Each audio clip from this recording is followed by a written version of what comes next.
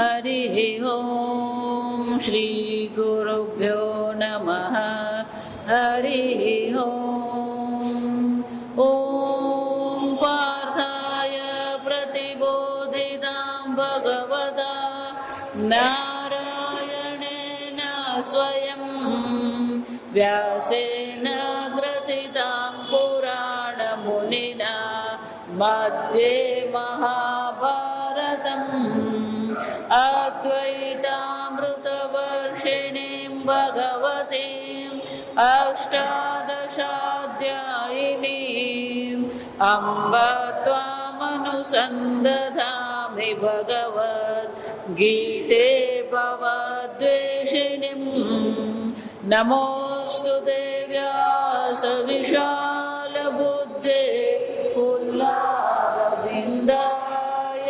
पुल्लारविन्दायतपत्रनेत्र येन त्वया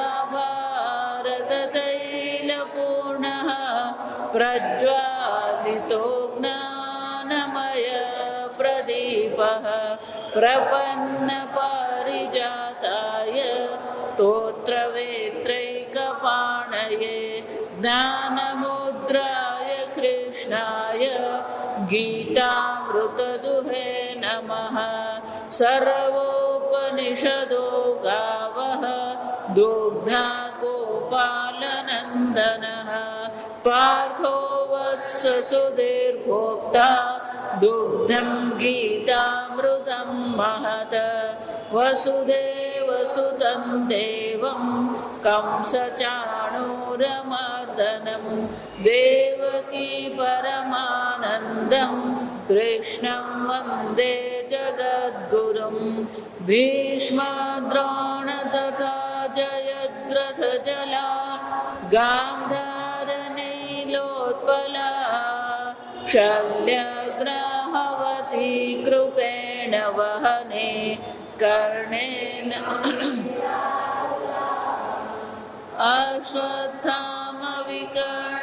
अश्वत्थामविकर्णघोरमकरा दुर्योधनावर्तिनी सोत्तीर्णा खलु पाण्डवैरणनदी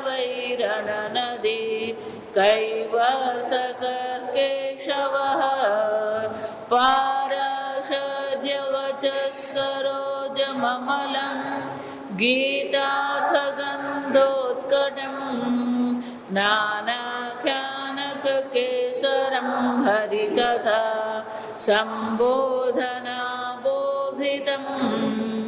लोके सज्जनषट्पदैरहरः पेपीयमानं मुदा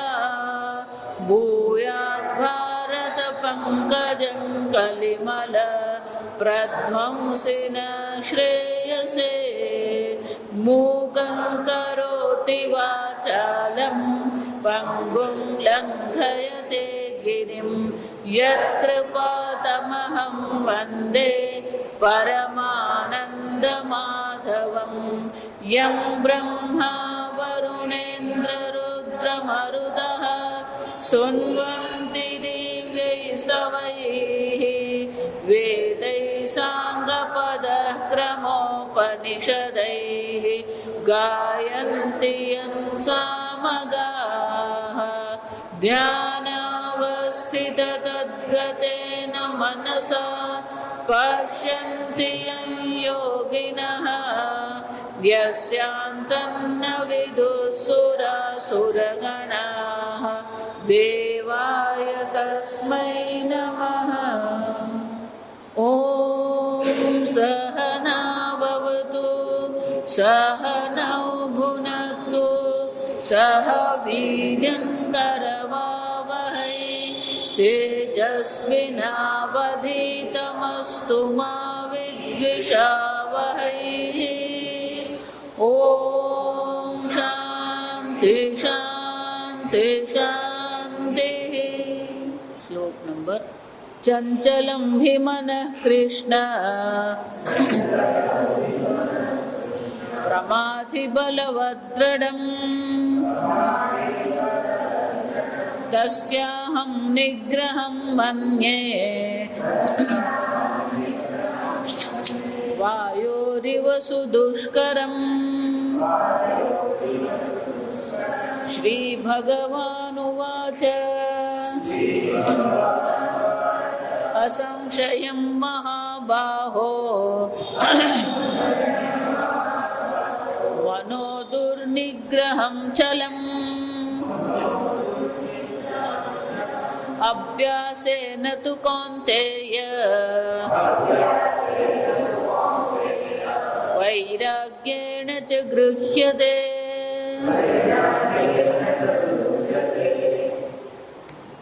ભગવાન સામે અર્જુન પ્રમાણિકતા પૂર્વક કબૂલ કરે છે. ચંચલમ હિ મન કૃષ્ણ. બહુ સરસ છે. દોષ છે તો પહેલા દોષને આપણે સ્વીકારીએ. ના મારું તો બધું બરાબર, મન બહુ શાંત છે, તો ગુરુજી શું કરી શકે? તથાસ્તુ. અર્જુન સ્વયં સ્વીકારી રહ્યો છે, ભગવાન મારું મન કેવું છે? ચંચળ છે. ચંચળ જ નથી, કેવું છે? પ્રમાથી બલવત, બળવાન છે. જો વિચારવા દે છે, આપણા કરતા આપણું મન શું છે? બળવાન છે. દ્રઢમ. આમ અર્જુન સ્વયં સ્વીકારે છે. એમ આપણે પણ શું કરવું પડે? આ સ્વીકારવું પડે. સંપૂર્ણ વેદાંતનો આધાર તમારું મન છે. જો સમજજો, બુદ્ધિથી તમે ગમે એટલા તર્ક વિતર્ક કરતા રહેશો, બુદ્ધિથી ગમે એટલું તમે બ્રહ્મ જ્ઞાનની ચર્ચા કરતા રહેશો, પણ માનસિક રીતે તમે કેટલા સ્વસ્થ છો, માનસિક રીતે તમે કેટલા પ્રસન્ન છો. બૌદ્ધિક રીતે તો બહુ તર્ક વિતર્ક કરતા આવડે આપણને, પણ માનસિક રીતે આપણામાં સ્થિરતા છે ખરી? સ્વસ્થતા છે ખરી? પ્રસન્નતા છે ખરી? હું વારંવાર એટલે કહું છું, ગમે એટલું ભણીએ ને, ગમે એટલી ભક્તિ કરીએ ને, ગમે એટલા પૂજા પાઠ કરીએ ને, યજ્ઞ યાગાદી કરીએ આપણે, પણ જો આપણું મન પ્રસન્ન જ નથી તો આ બધી વસ્તુ શું છે? નિષ્ફળ છે. આ બધું કરીએ એનાથી પુણ્યની ઉત્પત્તિ તો થશે. એ પુણ્ય તમને આવતા જન્મમાં કામ આવશે, અને આવતો જન્મ કયો છે તો આપણને ખબર જ નથી. દેવ વિચાર, પુણ્ય તો ઉત્પન્ન થવાનું જ છે. પૂજા પાઠ કરીએ, દાન કરીએ, સમાજ સેવા કરીએ, યજ્ઞ કરીએ, તપશ્ચર્યા કરીએ, આ બધાથી પુણ્ય તો ઉત્પન્ન થશે. પણ આ બધાનું ફળ પછીના ઉત્તર જન્મમાં છે. આ જન્મમાં એનો શું ફાયદો? બહુ વર્ષો પહેલા એક છોકરો મારી પાસે આવ્યો, ભણેલો પણ નોકરી કરતો હતો, પણ એને પિતાજી સવારે ઉઠે ને 4 વાગે પપ્પા ઉઠી જાય, ઉઠીને પછી નાહી ધોઈને તૈયાર થાય, બ્રાહ્મણ જપ, પૂજા પાઠ કરે ને, માળા કરે ને, જપ કરે, અનેક પ્રકારથી કરે, પણ ક્રોધ પણ એટલો જ. એટલે છોકરો મને કહે કે પપ્પા આ બધી પૂજા પાઠે કરે અને ક્રોધ પણ એટલો જ મનમાં છે, કરવું શું? એને આ પૂજા પાઠ પરથી જ એની શ્રદ્ધા ઉઠી ગઈ. જા કેમ કે આટલી પૂજા પાઠ કર્યા પછી પણ પપ્પા આટલો બધો નાની નાની બાબતમાં પણ ક્રોધ કરતા રહે છે. હા, તો કે સ્વામીને જે આ પૂજાની કઈ અસર થાય કે ન થાય?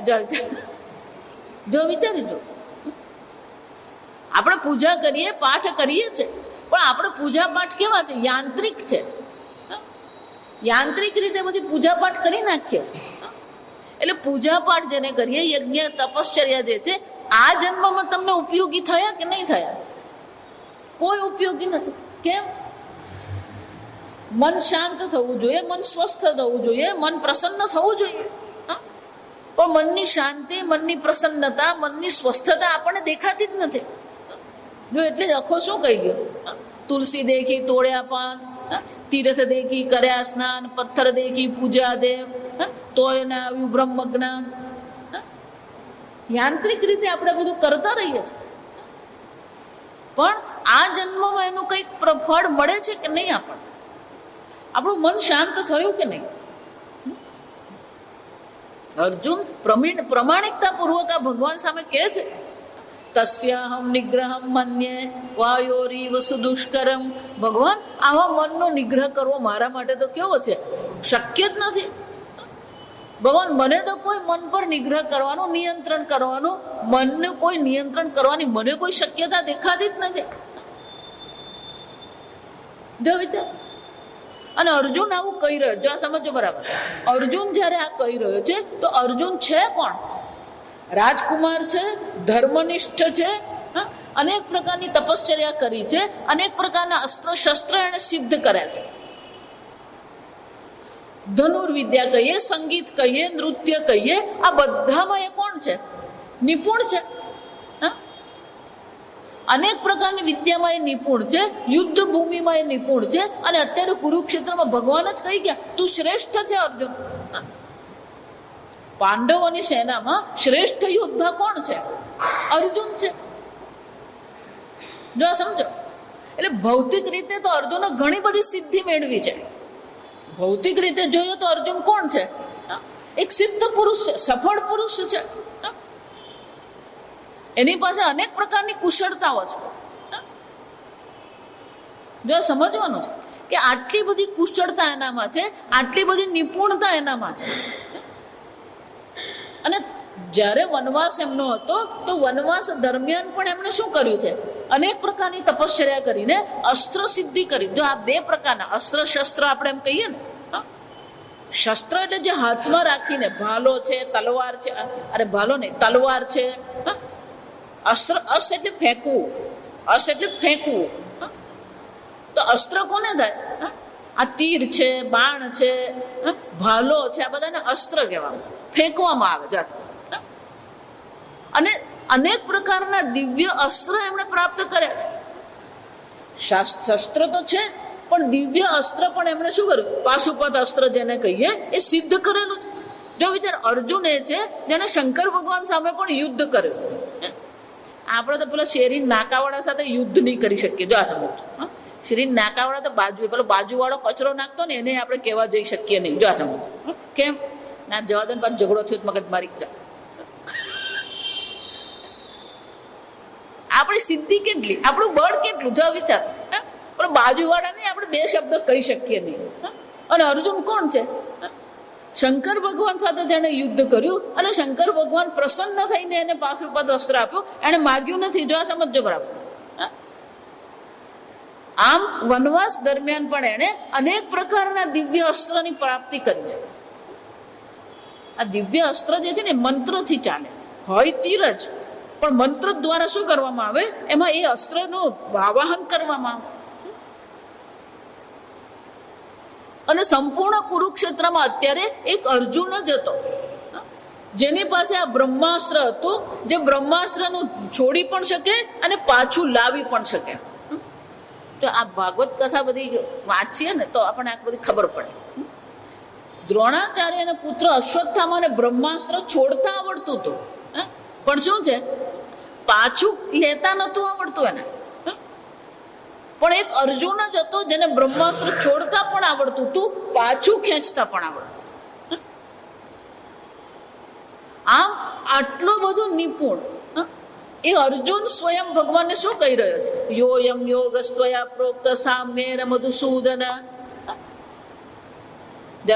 તસ્યાહમ ન પશ્યામિ. ભગવાન, આ મને તો આ સામ્ય યોગ તમે જે કહી રહ્યા છો એ મને તો કોઈ પ્રકારે શક્ય દેખાતો. દસ્યાહમ ન પશ્યામિ. કેમ? ચંચલત્વ સ્થિતિમ સ્થિરામ.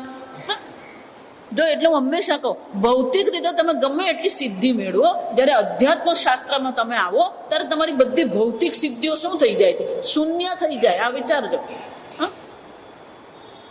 બહાર તમે ગમે એટલું પ્રાપ્ત કરશો, ગમે એટલું ધન હશે ને પ્રસિદ્ધિ હશે તમારા, ગમે એટલી સત્તા તમારી પાસે હશે, પણ અધ્યાત્મમાં આવીએ ને ત્યારે બધી વસ્તુ શું છે? શૂન્ય છે. અર્જુન સ્વયં શું કહી રહ્યો છે? જો વિચારો, આવો શ્રેષ્ઠ પુરુષ, એટલું જ નહીં, પેલો 1 વર્ષ સુધી વિરાટના રાજ્યમાં એને શું કરેલું?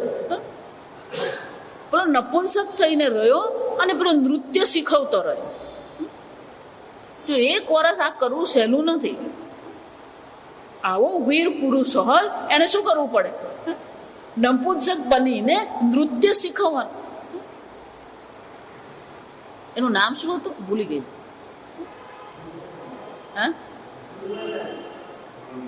બૃહન્નલા, હા બૃહન્નલા. આટલી બધી એની પાસે સિદ્ધિ હતી, પણ એ પણ ભગવાન સામે પ્રમાણિકતા પૂર્વક શું કે છે? ચંચલમ હિ મનઃ કૃષ્ણ પ્રમાથી બલવદ્રઢમ તસ્યાહમ નિગ્રહ મન્યે વાયોરીવ સુદુષ્કરમ. ભગવાન આ મનનું જે નિગ્રહ કરવો, નિયંત્રણ કરવું કેવું છે? દુષ્કરમ. દુષ્કરમ એટલે અઘરું. સુદુષ્કરમ એટલે શું છે?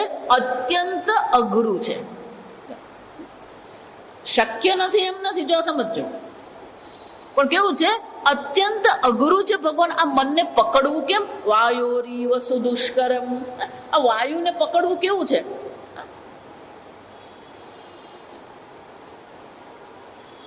આ મોટા મોટા ફેક્ટરી બનાવવામાં આવે ને, એ કેમિકલ ફેક્ટરીઝ હોય ને, પછી એમાં વેસલ્સ બનાવવાના હોય.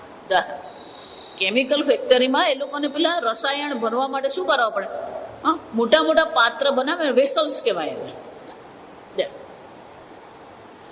આ હાઈવે પર પણ તમે જુઓ ને તો ફ્રોઝન નાઇટ્રોજન, આ બધા નાઇટ્રોજન ને આ બધાને જયારે પ્રેશરથી ભરીને એને શું કરવામાં આવે? એક સ્થાનથી બીજે સ્થાન લઈ જવામાં આવે. આ તમારો ગેસનો બાટલો પણ શું છે? દબાણપૂર્વક ગેસને એમાં ભરવામાં આવે છે. તો એને માટે જે આ વેસલ્સ બનાવવામાં આવે, ગેસનો બાટલો જે છે અથવા તો ટેન્કર, જે ગેસના ટેન્કર જે છે,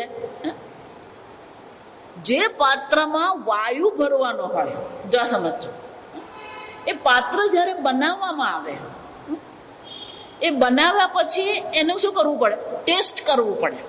ક્યાંકથી લીકેજ છે કે નહીં એને શું કરવું પડે? ટેસ્ટિંગ કરવું પડે. કારણ કે વેસલ્સ એક ધાતુમાંથી બનાવાય નહીં. એને શું કરવું? ક્યાંક ને ક્યાંક એને રેણ કહીએ આપણે, ક્યાંક ને ક્યાંક એને શું કરવું? વેલ્ડિંગ કરવું પડે.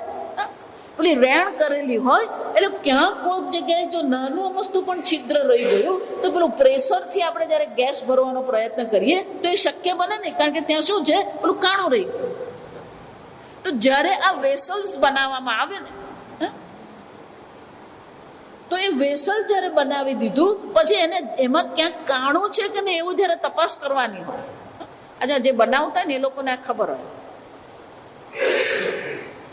તો એની ટેસ્ટ કરવા માટે એ લોકો ક્યારેય વાયુથી ટેસ્ટ નહીં કરે. જો આ સમજ, ક્યારેય પણ એને ટેસ્ટ કરવું છે ક્યાં લીકેજ છે કે નહીં, ક્યાંક છિદ્ર રહી ગયું કે નહીં, એને માટે ટેસ્ટ કરવું હોય ને તો એમાં દબાણથી વાયુ નહીં ભરે, એ લોકો એમાં પાણી ભરે. આ સમજો બરાબર, પાણી ભરે અને પાણી ભરી રાખે, અને ક્યાંકથી પાણી લીકેજ થાય એટલે એ લોકોને ખબર પડે કે અહીંયા શું છે? પેલું નાનું અમસ્તુ છિદ્ર રહી ગયું છે. તો કે વાયુથી કેમ નહીં કરવાનું? કારણ કે ઉપયોગ તો શાના માટે કરવાનો છે? ઉપયોગ તો એનો વાયુ ભરવા માટે જ છે. તો પછી ટેસ્ટ પણ શાનાથી કરવો જોઈએ? વાયુ. પણ વાયુથી નહીં કરે. કેમ? કારણ કે જો નાનું અમસ્તુ છિદ્ર હોય અને એમાં દબાણપૂર્વક જયારે તમે વાયુ ભરો ને, તો એ નાના છિદ્રમાંથી જયારે પેલો જે ગેસ નીકળે તો એ એટલું જોરથી નીકળે ને કે આખું વેસલને ફાડી નાખે. આખું વેસલ શું કરી નાખે? એ ચૂરા કરી નાખે. એટલે ત્યાં ઉભેલો માણસ શું થઈ જાય? વેસલ પણ તૂટી જાય એટલે એ પણ નુકસાન થાય, અને ત્યાં ઉભેલો માણસ છે એને પણ શું થવાનું? નુકસાન જ થવાનું. આમ જો અર્જુન જે દ્રષ્ટાંત વાયુ એ વસ્તુ, આ વાયુને પકડી રાખવું કેવું છે? અઘરું છે ભગવાન. એટલે વાયુનું જે બળ છે, વાયુનું બળ જે છે એ જો પેલું નાનું છિદ્ર રહી ગયું તો એ બળ શું કરી શકે? આખા વેસલ્સ ને ફાડી નાખે. એમ ભગવાન આ મારું મન જે છે એ વાયુ સમાન છે, એને પકડવું અઘરું છે ભગવાન. અને ધારો કે પણ હું પકડવાનો પ્રયત્ન કરું તો ક્યારે છટકી જાય ને ખબર પડતી જ નથી. એને માટેનું દ્રષ્ટાંત શું છે? આપણે જપ કરવા બેસીએ, ઓલો જપ તો શરૂ કરે, ઓમ નમો ભગવતે વાસુદેવાય, ઓમ નમો ભગવતે વાસુદેવાય. પછી મન ક્યાંથી ક્યાં જાય ને ખબર જ નહીં પડે. મન ક્યારે એક વિષય પરથી બીજા વિષય પર જતું રહે ને આપણને ખબર પડતી જ નથી. એટલે વચ્ચે પાછા બીજા કઈ પેલા મણકા તો ફરતા જ રહે. જો આ સમજ, જો એટલે વારંવાર કરો કે જપ કરો. મન પર નિયંત્રણ મેળવવું હોય તો પહેલો ઉપાય કયો છે? આ જપ કરવાનો. જપાત સિદ્ધિ, જપાત સિદ્ધિ. જપથી સિદ્ધિ મળે. ગમે એટલું વેદાંત ભણો ને, બૌદ્ધિક રીતે બધું જ સમજાઈ જાય. આત્મા સર્વવ્યાપી છે અને આત્મા ને પરમાત્મા એક જ છે. આ બધું બૌદ્ધિક રીતે તો બધું સમજાઈ જ જશે. અર્જુન પણ એ જ અહીંયા કહી રહ્યો છે કે ભગવાન બધું સમજાય તો ગયું તમે જે કહ્યું એ, પણ મન મારું જે છે શું છે? બ્રહ્મણી સ્થિરીકૃત. આ બ્રહ્મમાં મન સ્થિત થતું જ નથી. કેમ? વાયુ જેમ વાયુને પકડી રાખવું અઘરું છે, એમ આ મારું શરીર, મન, ઇન્દ્રિય જે છે, એ મન મારા શરીર, ઇન્દ્રિય, મનને શું કરે છે? મંથન કરી નાખે છે, પ્રમથન કરી નાખે છે.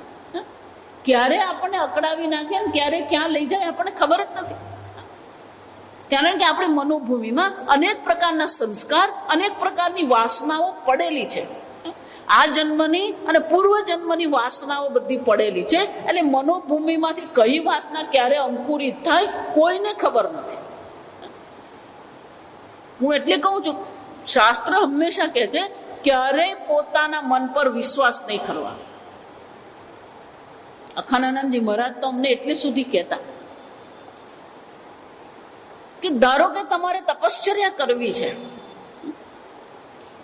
તો જાતે તપશ્ચર્યાનો નિર્ણય નહીં કરો, ગુરુની આજ્ઞાથી તપશ્ચર્યા કરો. દાન કરવું છે, ગુરુની આજ્ઞાથી દાન કરો. જો વિચાર, એટલે આપણને એમ થાય મારી પાસે પૈસા છે, હું આપું, એમાં ગુરુને શું પૂછવા જવાનું? મારે દાન કરવું છે, હું દાન કરું. ગુરુની આજ્ઞાનું પાલન કર્યું. જો આપણા મન પર તો આપણું નિયંત્રણ છે જ નહીં. જા સમજ, જે મન તમારી પાસે ધર્મ કરાવે છે અને એકવાર તમે મન પર વિશ્વાસ કરી દીધો અને મન ભલે ધર્મ અત્યારે કરાવી રહ્યું છે, એ જ મનમાં જયારે અધર્મના વિચાર ઉઠશે ત્યારે તમે શું કરી શકશો? જો વિચાર, જે મન તમારી પાસે ધર્મ કરાવી રહ્યું છે એ જ મન તમારી પાસે જયારે અધર્મ કરાવશે ત્યારે તમે ના પાડી શકશો? જો આપણે બધાની હાલત આજ થતી હોય. માતાજી બોલવું નતું પણ બોલાઈ ગયું. માતાજી કરવું નતું પણ કરાઈ ગયું. ખાવું નતું પણ ખવાઈ ગયું. જો સમજો કેમ આવું થાય? હંમેશા આપણાથી વિદ્વાન જે છે એની આજ્ઞામાં જો રહીએ ને તો મન આપણા નિયંત્રણમાં રહે. જો એટલે છેલ્લે ભગવાન કહેવાના જ છે. 18મા અધ્યાયમાં ભગવાન છેલ્લે કહે છે, સર્વધર્માન પરિત્યજ્ય મામ એકમ શરણમ વ્રજ. આ મનને શું કરવાનું છે? ઈશ્વરના શરણે ધરી દેવાનું છે. જો આ જેટલા પણ ઋષિ મુનિઓની કથા જે છે, વિશ્વામિત્ર હોય, વશિષ્ઠ હોય, દુર્વાસા હોય કે ભૃગુ ઋષિ હોય, આ બધા ઋષિ મુનિઓની તમે કથા જુઓ.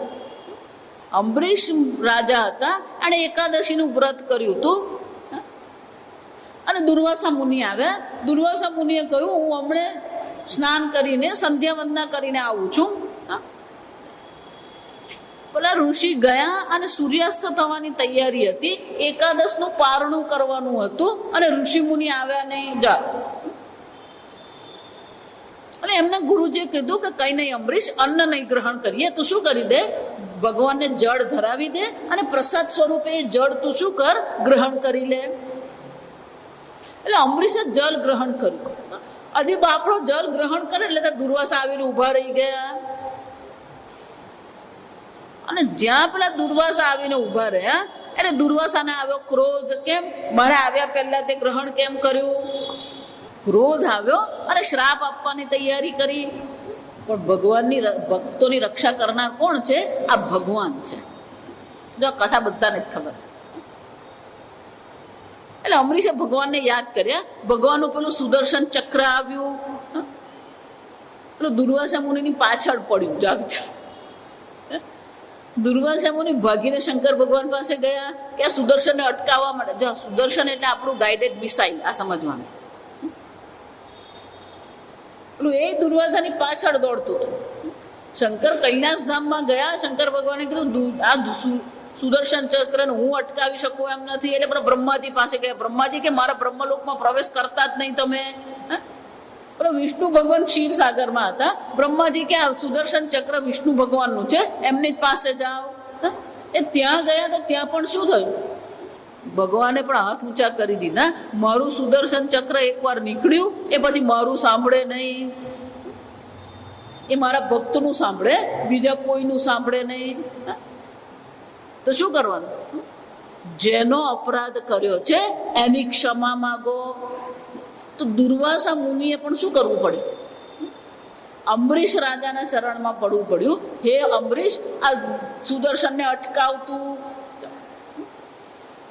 3 લોકમાં ફરી આવ્યા, જો આ સમજો. પણ કોઈ સુદર્શન ચક્રને અટકાવી શકે. આ શું બતાવે છે?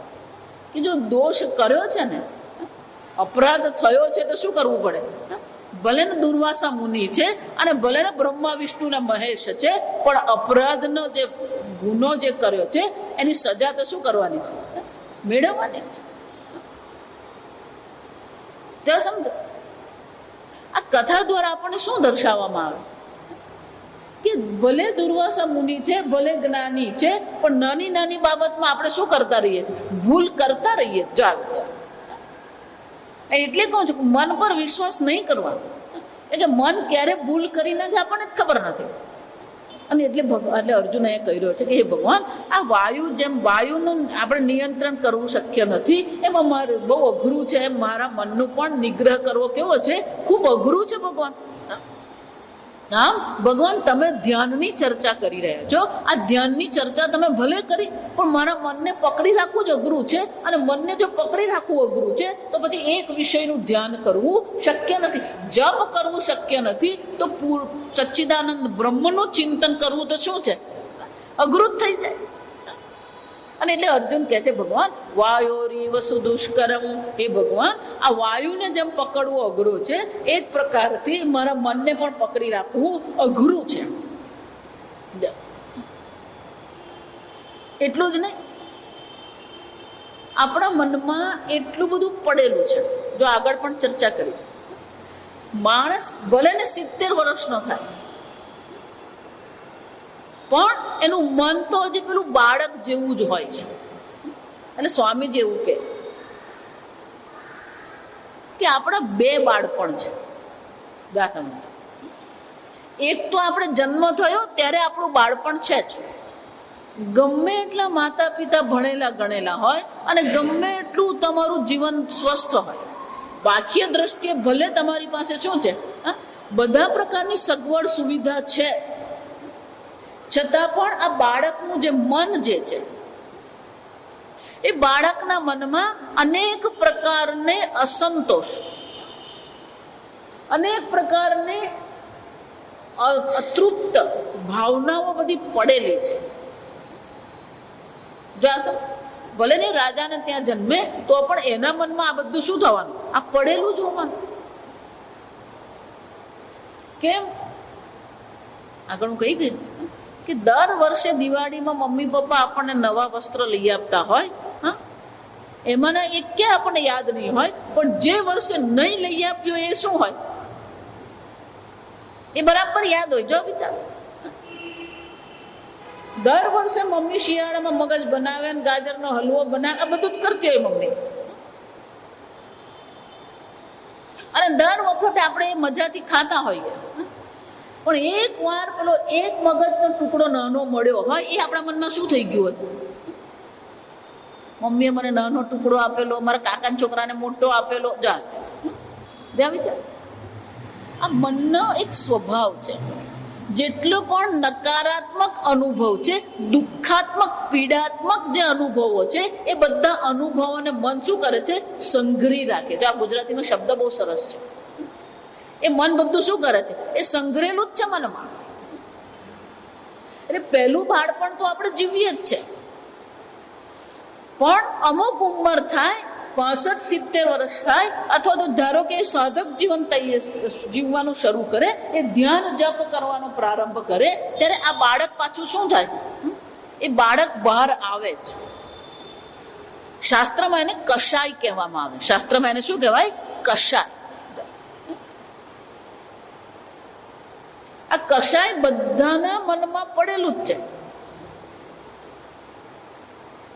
અને અનેક પ્રકારે કશાય હોય. જો આ સમજો, એક જ પ્રકારે હોય એમ નહીં. એ વસ્ત્રની દ્રષ્ટિએ પણ હોય, મમ્મીની સાથે વાત કરવાની દ્રષ્ટિએ પણ હોય, રમકડાની દ્રષ્ટિએ પણ હોય. જો ઘણી વાર એવું થાય, જો આ બાળકો તમે જુઓ ને, એ વારંવાર પેલો મમ્મી મમ્મી કરતો રહે. પણ જયારે 3-4 બાળકો હોય ત્યારે સ્વાભાવિક રીતે મમ્મી બધાના પર ધ્યાન આપી શકે નહીં. એટલે સતત આપણા મનમાં શું થતું હોય? આ મમ્મી મારા પર ધ્યાન આપતી નથી.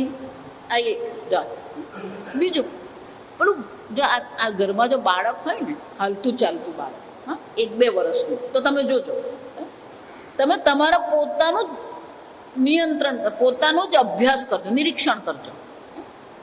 તમારા બાળક સાથેના સંવાદમાં દરેક વાક્ય નાથી જ શરૂ થાય. જા ના, ઉપર નથી ચડવા, તું બસ જાતો ના, હમણાં નથી રમવાનું.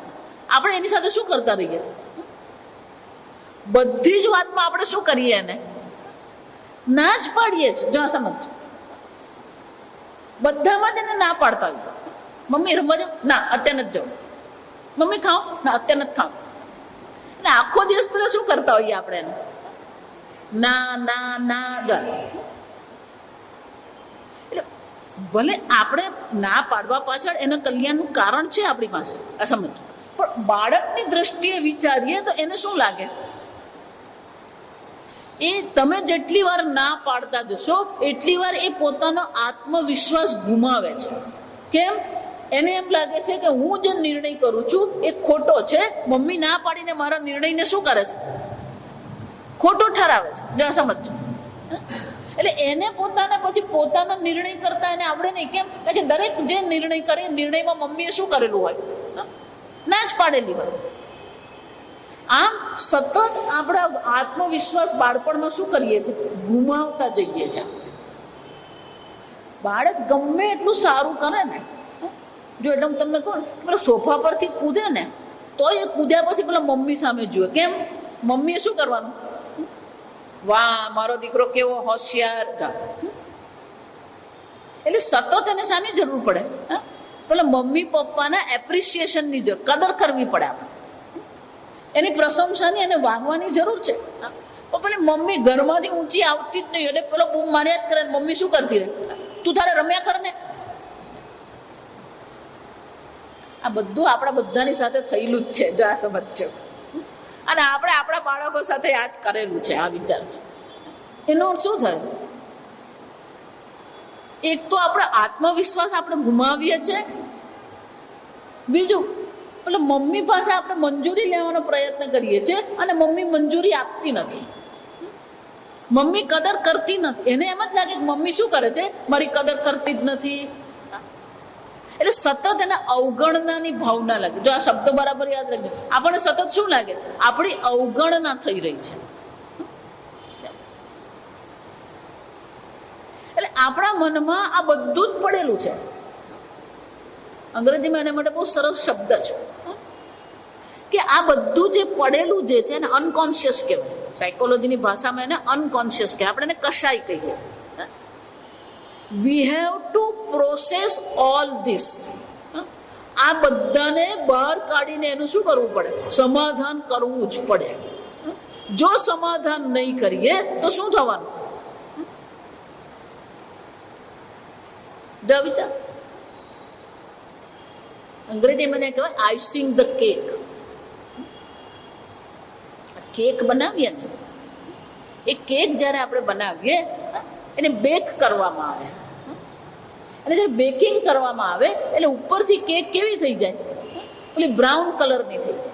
એટલે સરસ દેખાય નહીં. એટલે એને સરસ દેખાડવા માટે શું કરવામાં આવે? પેલું માખણ અને ખાંડ લઈને શું કરે? આઈસિંગ કરવામાં આવે. એટલે સરસ રીતે શણગારવામાં આવે. ગમે એટલું કેકને તમે ઉપરથી શણગારો, પણ અંદરથી તો એ શું રહેવાની છે? આપણા વાળ રંગવા જેવું જ છે. જો આ સમજ, ગમે એટલા તમે તમારા વાળ રંગો ને, બહારના લોકોને ભલે એમ લાગે કે તમારા વાળ કાળા છે, પણ તમારું જ્ઞાન છે કે મારા વાળ ધોળા થઈ ગયા, એ જ્ઞાનને તમે રંગી શકો? એ જ રીતે બહારથી તમે ગમે એટલી સિદ્ધિ મેળવો, બહારથી તમે ગમે એટલી સફળતા મેળવો, ધન છે, સત્તા છે, સંપત્તિ છે, સમૃદ્ધિ છે, ભોગ છે, આ બધું મેળવો તમે, આ બધું કામ પેલું આઈસિંગ જેવું કરે, પણ અંદર જે પેલું મન પડેલું છે એ તો કેવું છે? એ બાળક જેવું જ છે. એના મનમાં અનેક પ્રકારની અસ્વીકારની ભાવના, અવગણનાની ભાવના, આ બધું અંદર પડેલું જ છે. અને એટલા માટે જયારે આપણે પોતાનો સામનો કરીએ, જો એટલે કહું છું ને તમને વારંવાર કે 10 મિનિટ તો જાતની સાથે બેસો તમે, તો તમને ખબર પડે કે મનમાં શું ચાલી રહ્યું છે. આપણા મનનું આપણે નિરીક્ષણ કરતા જ નથી. આપણા મનને આપણે એપોઇન્ટમેન્ટ આપતા જ નથી. જો આ જેટલી સંસ્થાઓ ચાલે છે ને, એ લોકો પણ શું કરે છે? આ આઈસિંગ જ કરે છે. તમે કૃષ્ણ ભક્તિ કરો ને, પેલાની ભક્તિ કરો ને, આ ધ્યાન કરો ને, પેલું ધ્યાન કરો ને, આ કરો, પણ તમારી અંદર જે પડેલું છે એને તમે કાઢ્યું ખરું? આમ અર્જુન ભગવાનને કહી રહ્યો છે કે ભગવાન, આ બધું અશક્ય જ છે, કે મનમાં જે બાળપણથી બધું પડેલું છે એ પડેલી વસ્તુ રહેવાની જ છે. વિચાર, અરે જયારે માતા પિતાએ આપણી અવગણના કરી હોય, માતા પિતાએ આપણા પર ગુસ્સો કર્યો હોય, માતા પિતા કે આપણા મોટા ભાઈ બહેન કે આપણા વડીલો જે છે એને આપણું વારંવાર અપમાન કર્યું હોય, વારંવાર ના પાડી હોય, તો આપણા મનમાં શું રહેવાનું? આમ આત્મગૌરવ પણ નથી, આત્મસ્વીકાર પણ નથી. સમજો બરાબર. અને જયારે સતત નાનો સામનો કરવાનો હોય તો આત્મસન્માન હશે ખરું આપણામાં? એટલે આપણે પોતાને શું માનીશું? હું નકામો છું. કેમ? પેલું બાળક કંઈ પણ કરવા જાય ને એટલે તું રહેવા દે, તો એ તારથી નહીં થાય. પેલું ખુરશી લેવા જાય ને તો શું કરે? તું રહેવા દે તો. એટલે સતત આપણને શું માનવામાં આવે? અવગણના છે. એટલે આત્મગૌરવ આપણામાં નથી, આત્મસ્વીકાર પણ આપણામાં નથી, અને આત્મસન્માન પણ આપણામાં નથી. અને આ એક કે બે ની વાત નથી, આ બધા મનુષ્યની વાત છે. આ સમય ક્યારેય આપણે પોતાને સન્માન આપી શકીએ ખરા? માનસિક રીતે તો આપણે શું કરીએ?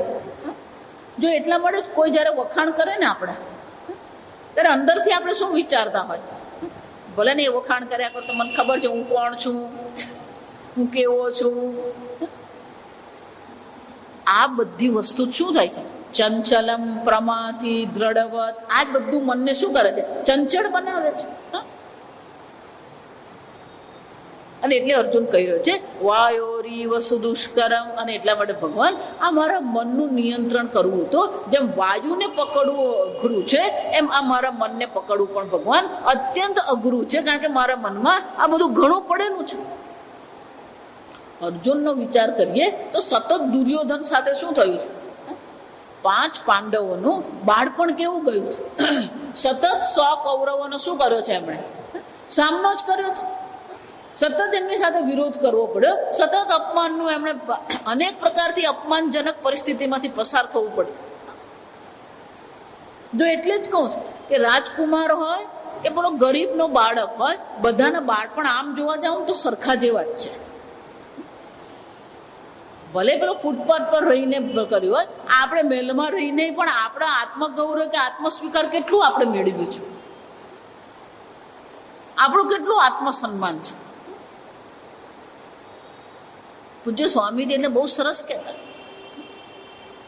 You are as big as you think about yourself. બહાર ગમે એટલી મહાનતા દેખાતી હોય, તમે એટલા જ મહાન છો જેટલો જ મહાનતા તમે તમારા વિશે વિચારો છો. આપણે પોતાને મહાન માનીએ છીએ. જો એટલા માટે જ આ ગાંધી, હું આગળ કહી ગઈ છું કે ગાંધીજીના સત્યના પ્રયોગ વાંચવા જેવું છે. અત્યારે પણ એ એટલું જ કામનું છે. ગાંધીજીએ પણ પોતે જોયું કે પોતાનામાં કેટલી દુર્બળતા છે, પોતામાં કેટલા આ પ્રકારની નબળાઈ છે, અને એ નબળાઈનો સામનો કરવા માટે એમણે શું શું પ્રયોગો કર્યા. આ સત્યના પ્રયોગ તમે વાંચો તો તમને ખબર પડે કે ગાંધીજી નથી, એ કોને છે? આપણી જ વાત છે. પણ ગાંધીજીમાં એ સત્ય અને પ્રમાણિકતા હતી કે એમણે એ લખ્યું. આ બધા આજકાલના ક્રિકેટરો આ બધાને છે પેલી બાયોગ્રાફી લખવાના શોખ, અને બધું એમાં જે લખેલું બધું વાહવા જ લખેલું, એટલે આપણને શું લાગે આ બહુ મહાન છે. બાહ્ય દ્રષ્ટિએ સિદ્ધિ છે, આંતરિક દ્રષ્ટિએ વિચારીએ તો એટલે ચિન્મયાનંદજી બહુ સરસ એ જ વખતે જો 52 જયારે પહેલી વાર એમણે વેદાંતના પ્રવચનો શરૂ કર્યા, 92 કે 93 એમનું શરીર શાંત થયું, ત્યાં સુધી એ શું કરતા હતા? સતત આ પ્રવચનો કરતા હતા વેદાંતના. તો ત્યારે અનેક પ્રકારના અંગ્રેજીમાં એ જ વખતે અંગ્રેજીમાં વેદાંત ભણાવવું, અને એમનું અંગ્રેજી એટલે અત્યંત કઠિન અંગ્રેજી. એટલે જયારે એ પ્રવચનો કરતા ને અનેક બૌદ્ધિક લોકો એમની પાસે જતા, વૈજ્ઞાનિકો હતા અને અનેક પ્રકાર ઉદ્યોગપતિઓ બધા જ એમની પાસે જતા. પણ જયારે પણ ઉદ્યોગપતિ એમની પાસે જાય કે કોઈક વૈજ્ઞાનિક એમની પાસે જાય ત્યારે એ બહુ સ્પષ્ટ શબ્દમાં કહેતા કે તારું જ્ઞાન તારા ક્ષેત્રમાં ભલે શ્રેષ્ઠ છે, પણ મારું જે આધ્યાત્મિક જ્ઞાન છે એની સામે તારું જ્ઞાન તો શું છે? શૂન્ય છે. તું તારા ક્ષેત્રમાં શ્રેષ્ઠ હશે, પણ અધ્યાત્મમાં આવે ત્યારે તો શું છે? વિચાર. આમ અર્જુન પણ ભલે પોતાના ક્ષેત્રમાં શ્રેષ્ઠ હતો, પણ જ્યાં ધ્યાનની ચર્ચા આવી, બ્રહ્મચિંતનની ચર્ચા આવી, તો અર્જુને પણ પ્રમાણિકતા પૂર્વક શું કર્યું? કબૂલ કરી લીધું કે હે ભગવાન, મારું મન ચંચળ છે, પ્રમાથી છે, બળવાન છે અને દ્રઢ છે.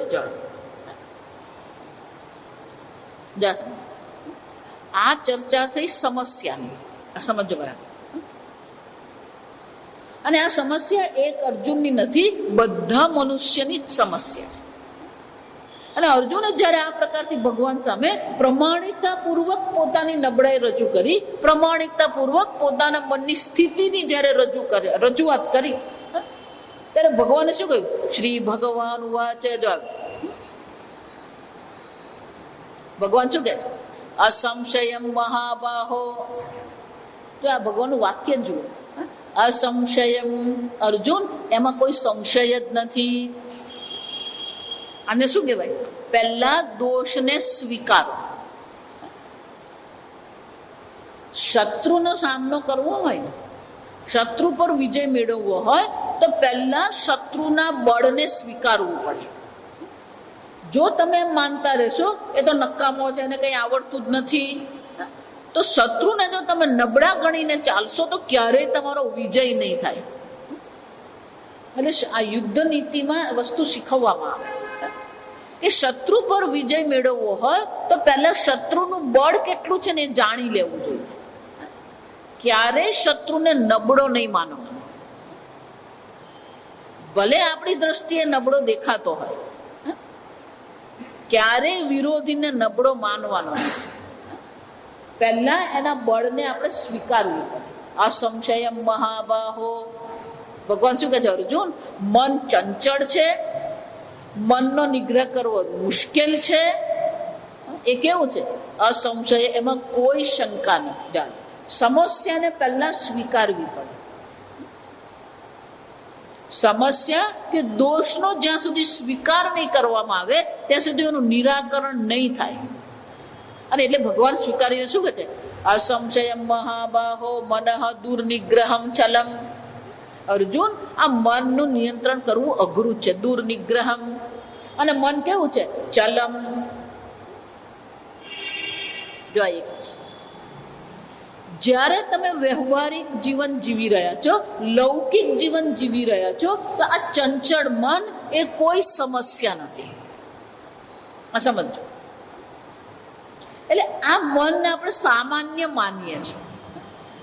એક વિષયથી બીજા વિષયનું ચિંતન કરવું એ મનને માટે શું છે? સામાન્ય છે. એટલું જ નહીં, મન ચલમ છે. ચલમ એટલે કે તત્કાળે બદલાય છે, પરિવર્તનશીલ. એને ગુજરાતીમાં શું કહેવાય? એ પરિવર્તનશીલ છે. અને મન પરિવર્તનશીલ હોવું, મન ચંચળ હોવું એ આવશ્યક છે. જો આ સમજો બરાબર.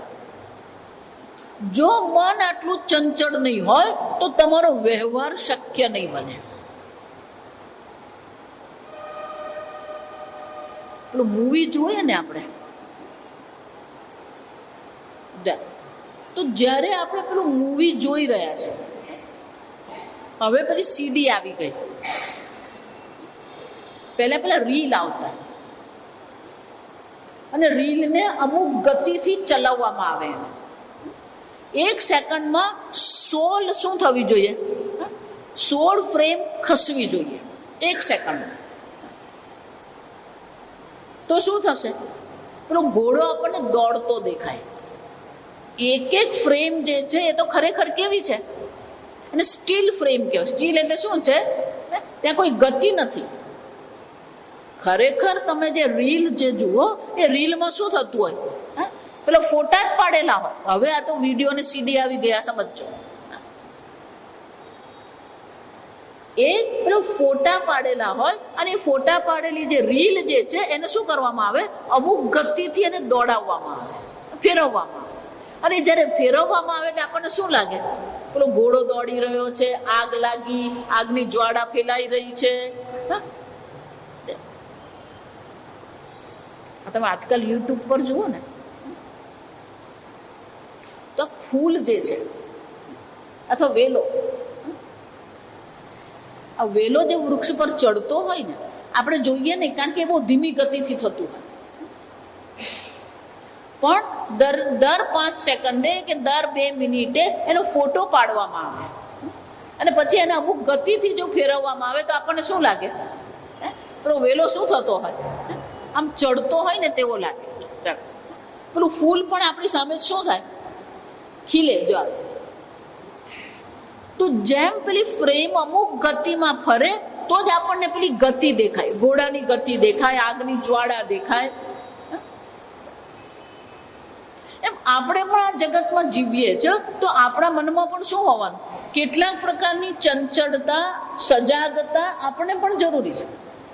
જો આગળ એમાં ચર્ચા કરી, ધારો કે જો મન આપણું સ્થિર હોય તો ગાડી ચલાવી શકીએ? ગાડી ચલાવી શકાય? કેમ? પેલું સામે ભેંસ દેખાય, મન સ્થિર છે એટલે ભેંસ મનમાં શું થવાની? રહેવાની. પછી સામેથી પેલું એક છોકરી આવી તો ભેંસની ઉપર કોણ દેખાવાનું? કેમ? કારણ કે હજી ભેંસ ગઈ નથી, ત્યાં શું થઈ ગયું? પેલી છોકરી આવી, પાછળ રિક્ષા આવી, એટલે એની ઉપર પાછું શું દેખાય? આવું થાય છે. ક્ષણિક છે. એને શાસ્ત્રમાં શું કહેવાય? મન કેવું છે? ક્ષણિક છે, તત્કાળ બદલાઈ જાય છે. જો હું આમ ડોકું મારું ફેરવું છું તો અહીંયા મેં જોયું અને આમ કરવું એટલે શું થવાનું? મનની ફ્રેમ શું થઈ ગઈ? બદલાઈ ગઈ. આપણે વાંચીએ છીએ એમાં પણ શું થાય? જો આ સમજ, મન જો સ્થિર હોય, કે મનમાં જો ક્ષણિકતા નહીં હોય, પરિવર્તનશીલતા નહીં હોય, તો તમે વાંચી શકો? વાંચવું પણ કોને કારણે શક્ય છે? તમે સાંભળો છો અત્યારે મને, આ મારા વાક્યમાં એક શબ્દ આવતો જાય છે, વાક્ય બોલાતું જાય છે, તમે સમજી શકો છો. કોને કારણે? ધારો કે મન ધીમું થઈ જાય તો શું થાય?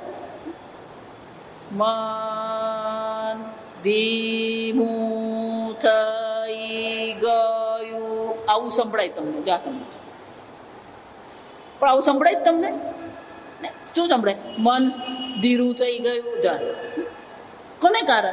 મન જો ધીમું થાય ને તો પછી સાંભળવાનું પણ કેવું થઈ જાય?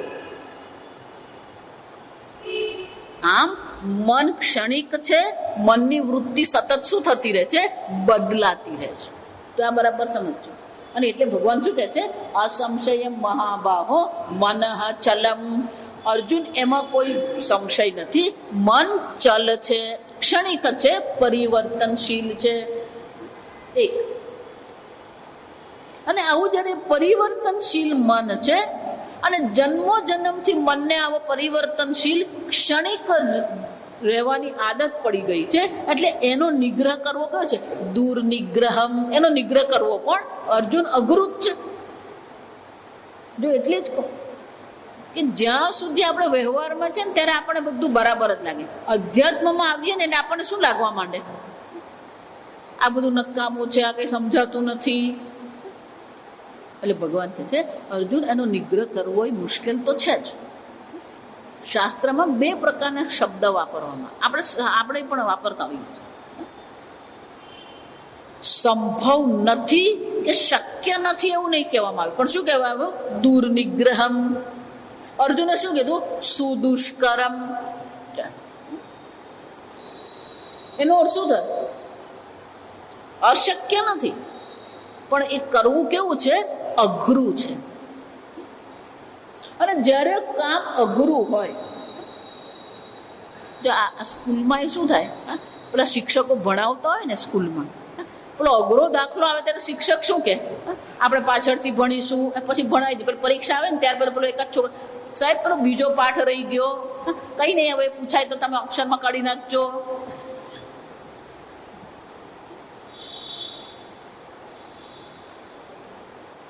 એમ અહીંયા પણ આપણે શું કરીએ? ઓપ્શનમાં કાઢી નાખીએ. શક્ય છે?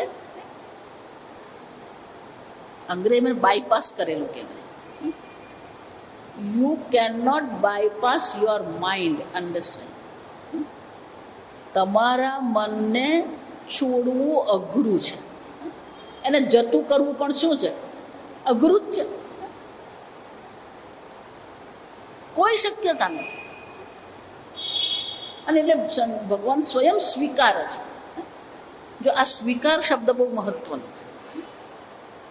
જે લોકોને નશા કરવાની આદત હોય ને, સિગરેટની આદત હોય, દારૂની આદત હોય, પછી જ્યારે એ લોકોને છોડવું હોય ને, તો એના આ છોડાવવા માટેના સેન્ટર ચાલતા હોય, રિહેબિલિટેશન એને કહેવાનું. તો ત્યાં જ્યારે પેલી વ્યક્તિ જાય ત્યારે પહેલા એને શું કહેવામાં આવે? જાસુ. પહેલા એને એમ કહેવામાં આવે કે તું સ્વીકારી લે કે તારા કરતા દારૂ કે સિગરેટ બળવાન છે. કેમ? પેલો સમય થાય ને એટલે બાટલી યાદ આવે, સમય થાય એટલે પેલી સિગરેટ યાદ આવે. અને મન શું કરવાનું? તેનો અર્થ શું થયો? તમારા મન તમારા કરતા આ દારૂ ને સિગરેટ શું થઈ ગયા? બળવાન છે. જો એટલે જ કહું, કોઈ પણ વસ્તુને નાની નહીં ગણવાની. શત્રુને જ નાનો ગણવાનો કે નિર્બળ ગણવાનો નહીં. આ જગતની કોઈ પણ વસ્તુ તમારા મનને શું કરી શકે છે? આકર્ષી શકે છે, પકડી શકે છે. એટલે જ એને આપણે શાસ્ત્રમાં વિષય કહીએ. વિષિનોતિ બધ્નાતિ ઇતિ વિષય. જે આપણા મનને શું કરે છે? બાંધે છે. પણ કેવી રીતે બાંધે? વિના રજ્જુ. આ વિષયને તમારા મનને બાંધવા માટે કોઈ દોરડાની જરૂર પડતી જ નથી. ક્યાં આપણું મન, એટલે મહારાજશ્રી બહુ સરસ કહેતા, ये मन कहीं अटक जाता है, कहीं भटक जाता है, कहीं लटक जाता है. जा ક્યાંક અટવાઈ જાય ને, ક્યાંક ભટકી પડે ને, ક્યાંક લપડી પડે. જો એ ક્યાં અટકી પડે ને ક્યાં ભટકી પડે ને આપણને ખબર જ નથી.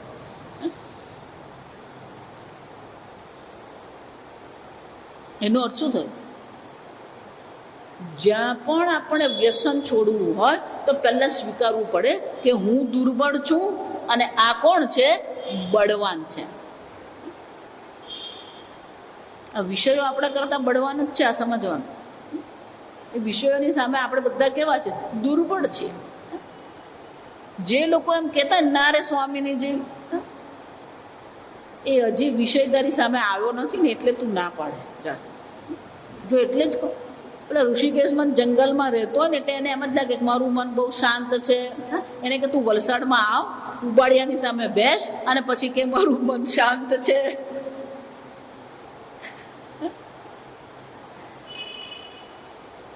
એક વાર વલસાડનું ઉબાડિયું ચાખી દે ને પછી ઋષિકેશમાં જઈને શું યાદ કરતો હોય? સમજો. મારું દ્રષ્ટાંત કયું છે આને માટે? અને એક વાર આપી દઈશ કે ઉનાળામાં પેલું મેદાન હોય ને, રમતનું મેદાન, સૂકું ભટ્ટ લાગે આપણને.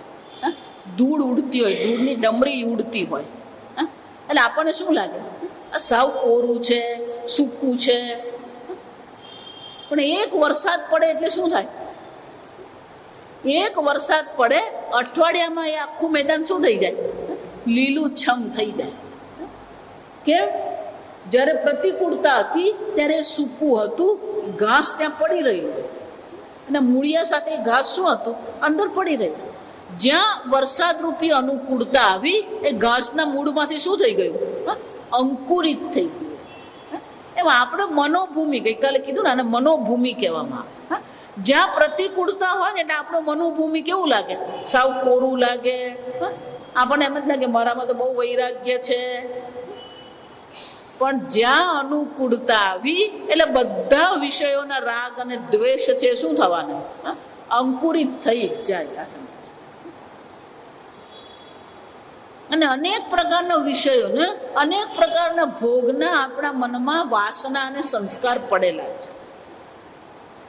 અનેક જન્મો જો આપણે થઈ ગયા હોય તો અનેક જન્મમાં અનેક પ્રકારના ભોગ આપણે કરેલા હોઈએ, તો પછી કયો ભોગ તમારા માટે બાકી છે? અને એ બધા ભોગ કરેલા છે, એ બધા ભોગના સંસ્કાર પણ શું થવાના? આ સંસ્કાર અને વાસના બે અલગ નથી. આ સમજો. ધારો કે આ મારું પાલવ છે, એ પાલવમાં હું મોગરાના ફૂલ એક જ મિનિટ રાખું, પછી એ ફૂલ હું કાઢી નાખું, તો શું થવાનું? એની સુગંધ રહી જાય, એને વાસ કહેવાય. જો આ સમજો. મોગરા તો જતા રહે, પણ મોગરાની સુગંધ શું થવાની? આ જો ઘણી વાર શરબતમાં આવું થાય, એટલે બાટલામાં શરબત ભરેલું હોય, શરબત પૂરું થઈ જાય અને આપણે વીછળીને બાટલો મૂકી દઈએ. પછી જયારે એમાં પાણી ભરવામાં આવે તો શું થાય? એનો સ્વાદ અંદર રહી ગયો હોય. થોડોક સ્વાદ તો શું થાય? એ રહી જ ગયો હોય. એમ જેટલા વિષયો આપણે ગ્રહણ કરીશું, એ દરેક વિષયની છાપ, એ દરેક વિષયની વાસ, એ દરેક વિષયનો સંસ્કાર શું થવાનો? આપણા મનોભૂમિ પર એ પડવાનું છે. આમ અનેક પ્રકારના ભોગ, અનેક પ્રકારના સંસ્કાર આપણા મનમાં છે, એને વાસના કહેવામાં આવે. એને શું કહેવાય? વાસના કહેવાય. એટલે ભગવાન કહે છે, અર્જુન, આ તારી વાત ખૂબ સાચી છે. મન ક્ષણિક છે, અને મન ક્ષણિક હોવું એ સંસારિક જીવન માટે આવશ્યક છે. પણ જ્યારે બ્રહ્મ ચિંતન કરવું હોય, ઈશ્વર ચિંતન કરવું હોય, તો એને માટેનો ઉપાય ભગવાન કે છે, અભ્યાસેન તુ કૌંતેય વૈરાગ્યેણ ચ ગૃહ્યતે. ભગવાન કે છે, અર્જુન, બે ઉપાય છે. જેમ પક્ષીએ આકાશમાં ગમન કરવું હોય તો એને કેટલી પાંખની જરૂર પડે? બે પાંખની એને જરૂર પડે. એમ આપણે પણ બ્રહ્મ ચિંતન કરવું હોય, ઈશ્વર ચિંતન કરવું હોય, તો આ બે પાંખની આપણને જરૂર છે. જેમ પક્ષીને બે પાંખની જરૂર પડે, એમ આપણને પણ બ્રહ્મ ચિંતન માટે આ બે પાંખની જરૂર છે. એક અભ્યાસ છે અને બીજો વૈરાગ્ય છે. ભગવાન શું કે છે? અભ્યાસેન તુ કૌંતેય વૈરાગ્યેણ ચ ગૃહ્યતે. ભગવાન અહીંયા અર્જુનને બે પ્રકારથી સંબોધન કરે છે. અભ્યાસ અને વૈરાગ્ય શું છે આપણે આવતીકાલે જોઈશું. અત્યારે શ્લોકમાં અર્જુનના બે સંબોધન છે. અસંશય મહાબાહો. અર્જુનને પોતાના બળ, પોતાના પરાક્રમ ભગવાન યાદ દેવડાવે છે. મહાબાહો. આગળ અર્જુને શું કીધું? આ મન બળવાન છે, બલવત દ્રઢમ. ભગવાન યાદ કરાવે છે, અર્જુન મન બળવાન છે એમ નહીં, તું પણ કોણ છે? મહાબાહો. મહાબાહો એટલે શું? જેના હાથ લાંબા છે એમ નહીં. જો મહાબાહો એટલે કે જે પરાક્રમી છે, બળવાન છે. અર્જુન તું યુદ્ધમાં ભલભલાને હરાવી આવ્યો છે, તું બળવાન યોદ્ધો છે. અને જો તું બાહ્ય દ્રષ્ટિએ યોદ્ધો છે, બાહ્ય દ્રષ્ટિએ તું બળવાન છે, તો આંતરિક રીતે પણ તું શું બની જા? મહાબાહો. પણ આગળ મેં ચર્ચા કરી એમ દરેકમાં પેલું બાળક બેઠેલું છે અને પેલું બીજું બાળપણ બધાનું હોવાનું જ. એટલે ભગવાન અર્જુનને કહે છે કે અર્જુન તારામાં પણ એ બાળક બેઠું છે. એટલે શું કહે છે? અભ્યાસેન તું કૌંતેય, તું કુંતી પુત્ર છે. જા સમજ. કુંતી પુત્ર કહીને શું કહે છે? તારામાં પણ એ હજી કુંતી પુત્ર એટલે કે એ બાળક હજી તારામાં પણ બેઠું છે. અને એ બાળકને શું કરવાની જરૂર છે? બાળકનું પણ સંબોધન કરવાની જરૂર છે, એ બાળકનો પણ સામનો કરવાની જરૂર છે. જો એટલા માટે સાધકના વ્યક્તિત્વમાં બે વ્યક્તિત્વ હોય, એક પુખ્ત વ્યક્તિ છે, એક પરિપક્વ વ્યક્તિ છે, અને બીજું પેલું અનકોન્શિયસમાં શું પડેલું છે? પેલું બાળક પડેલું છે. જ્યારે ખરેખર આપણે બાળક હતા ત્યારે માતા પિતાએ આપણી બાળક તરીકેની સંભાળ લીધી હતી. હવે જ્યારે સાધક અવસ્થામાં એ બાળકની સંભાળ કોને લેવાની છે? તમે જે પરિપક્વ વ્યક્તિ છે એને પોતે જ એ બાળકની શું કરવી પડે? સંભાળ લેવી પડે. તમારે જ તમારા મનમાં બેઠેલા બાળકને કહેવું પડે ચિંતા કરવાની જરૂર નથી, અસ્વીકારની કોઈ આવશ્યકતા નથી. આમ તમારે પોતે જ એ આત્મગૌરવ મેળવવું પડે, આત્મસન્માન પાછું મેળવવું પડે. જ્યાં સુધી આત્મસન્માન નહીં હોય, આત્મગૌરવ નહીં હોય, આત્મસ્વીકાર નહીં હોય, જો આ બધી વસ્તુ એટલા માટે આવશ્યક છે. આગળ ભગવાન આપણે દર્શાવી ગયા કે આત્મા કેવો છે? સુખમ આત્યંતિકમ યત્તત. આત્મા કેવો છે? અત્યંત સુખ સ્વરૂપ છે, આનંદ સ્વરૂપ આત્મા છે. તો આનંદ સ્વરૂપ આત્માને ઓળખવો હોય તો મન પણ આપણું કેવું હોવું જોઈએ? આનંદિત હોવું જોઈએ. પણ જ્યાં આત્મા અસ્વીકાર છે, આત્માનું સન્માન નથી, આત્માનું ગૌરવ નથી, તો એ પોતાને હું આનંદ સ્વરૂપ છું સ્વીકારી શકશે? જો સમજો, મનમાં જ જયારે આટલી બધી અપૂર્ણતા પડી હોય તો હું પૂર્ણ બ્રહ્મ સ્વરૂપ છું એ કરી શકશે? નહીં કરી શકે. અને એટલે ભગવાન પેલું કોંતે સંબોધન કરીને યાદ દેવડાવે છે કે અર્જુન ભલે તું બાહ્ય દ્રષ્ટિએ ગમે એટલો મહાબાહો છે, બાહ્ય દ્રષ્ટિએ ગમે એટલો સિદ્ધ પુરુષ છે કે સફળ પુરુષ છે, પણ તારા મનમાં પણ શું છે? આ કુંતી પુત્ર એ બાળક પડેલું છે અને એ બાળકનો સામનો તારે અવશ્ય કરવાનો છે. અને તું મહાબાહો છે એટલે કે આ બાળકનો સામનો કરવા માટે તું સમર્થ છે. તારા સામર્થ્ય પર તને વિશ્વાસ હોવો જોઈએ, તારા ધ્યાન ચિંતન સાધના પર તને વિશ્વાસ હોવો જોઈએ.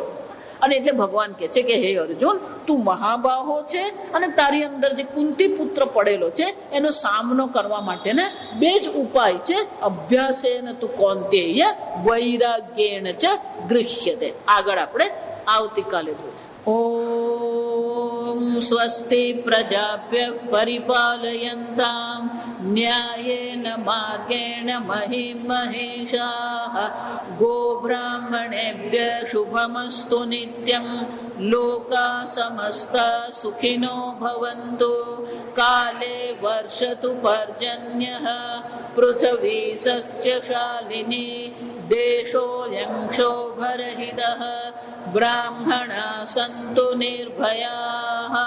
ઓમ સર્વેષાં સ્વસ્તિર્ભવતુ, સર્વેષાં શાંતિર્ભવતુ, સર્વેષાં પૂર્ણં ભવતુ, સર્વેષાં મંગલં ભવતુ, સર્વે ભવन्तુ સુખિનઃ, સર્વે સन्तુ નિરામયાઃ, સર્વે ભદ્રાણિ પશ્યन्तુ મા કશ્ચિદ દુઃખભાગ ભવેત.